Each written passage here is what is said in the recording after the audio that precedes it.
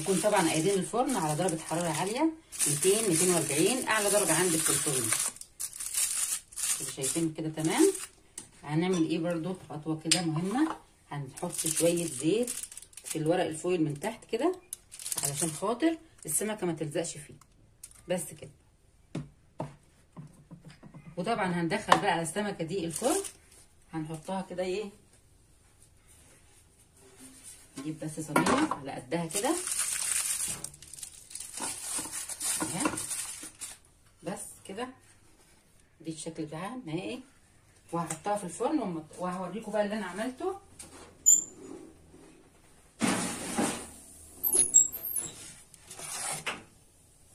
هنشوف بقى، نشيل الحاجات دي كده. انا ده اخر حاجه لما بتطلع من الفرن بتبقى بالشكل ده.